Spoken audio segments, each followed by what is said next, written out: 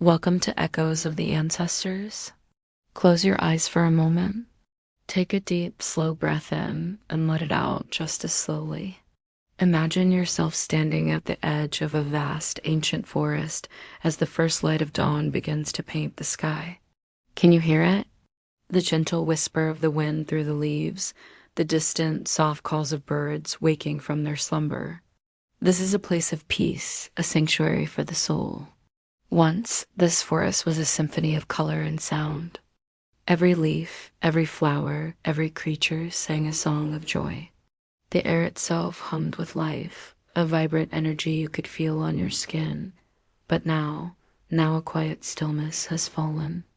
The brilliant colors have faded to a soft, muted gray. The vibrant symphony has become a quiet, melancholic hum. The forest waits, holding its breath, for a change it can no longer remember how to create. A long, silent sorrow had crept over the land like a slow, creeping fog.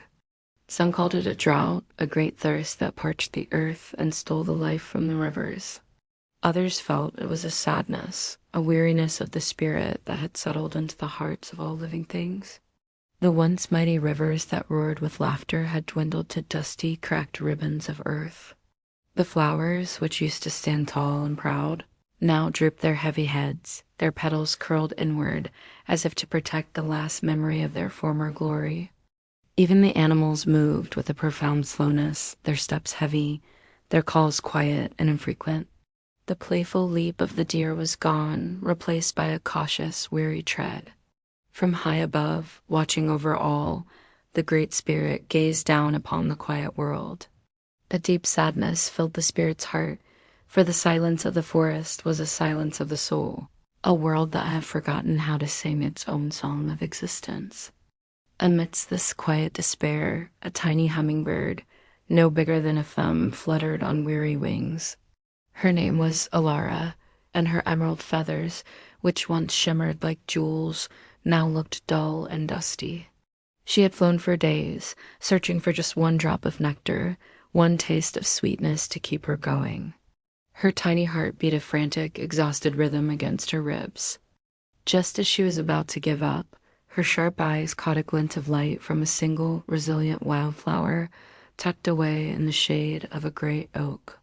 It was a small, humble bloom, but in its heart, it held one perfect, shimmering drop of nectar. With the last of her strength, Alara dipped her long, slender beak into the flower's cup and drank. The nectar was sweeter than any she had ever tasted. As it touched her tongue, a spark ignited within her. It was a tiny flicker, but it was warm and bright, a jolt of pure life that shot through her tired body. Her wings beat a little stronger, her heart a little steadier. In that moment, she felt not just the return of her own strength, but the memory of the forest's joy, and with that memory came a decision. This spark, this tiny drop of hope, was too precious to keep to herself. It needed to be shared. With renewed purpose, Alara began her journey. She flew from the lone wildflower out into the vast gray landscape. Her tiny wings, a blur of motion, hummed a tune of determination. She flew to the nearest drooping rose, touching its wilted petals gently with her beak, leaving behind an invisible trace of the nectar's magic.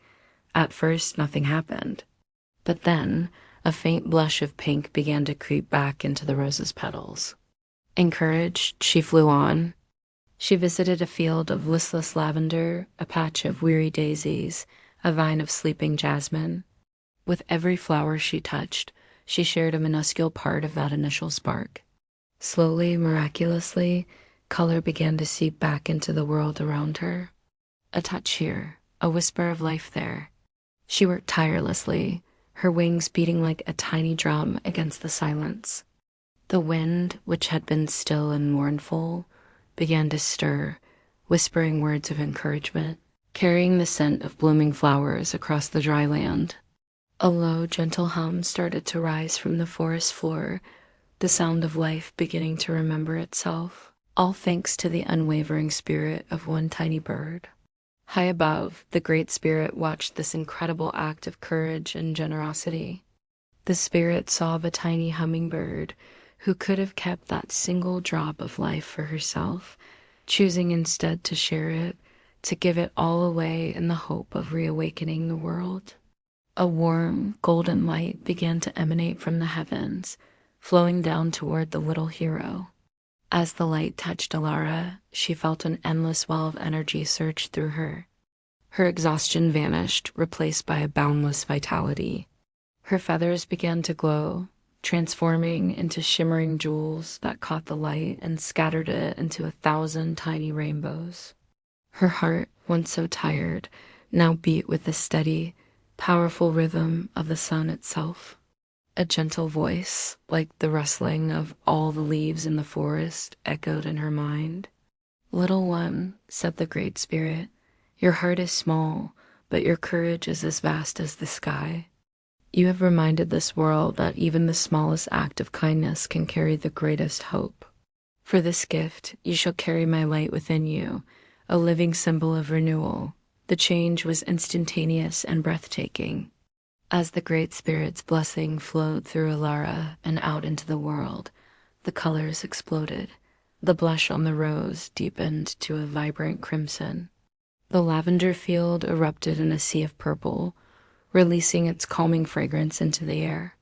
The rivers, hearing the hum of life returning, began to flow once more, their waters singing a joyful song as they rushed over stones and through valleys. The animals lifted their heads, their eyes bright with renewed spirit. A young fawn leaped playfully through the newly green meadows, and the birds in the trees began to sing, their melodies weaving together into a glorious chorus of celebration. The entire world, which had been locked in a gray slumber, was now awake, alive, and vibrant. Exhausted but content, Alara, the tiny hummingbird with the heart of the sun, found a branch on a blossoming cherry tree. She rested, surrounded by the beautiful world she had helped to restore. As the first true dawn in a long, long time broke over the horizon, just as the hummingbird shared her small spark of hope to bring color back to her world, we too have a spark within us. It's the hope that gets us through difficult days, the gratitude we feel for small moments of beauty, and the lightness of heart that comes from a simple act of kindness. Our worries can sometimes feel like a long drought, fading the colors of our own lives. But like the hummingbird, we have the power to find that one drop of sweetness, that one reason to keep going and to share it. Let this story be a gentle reminder of the immense power held within your own heart. Now, as you settle in for the night, take another deep breath. Feel the stillness and peace of the forest around you. Let go of the day's troubles and allow yourself to feel calm and centered.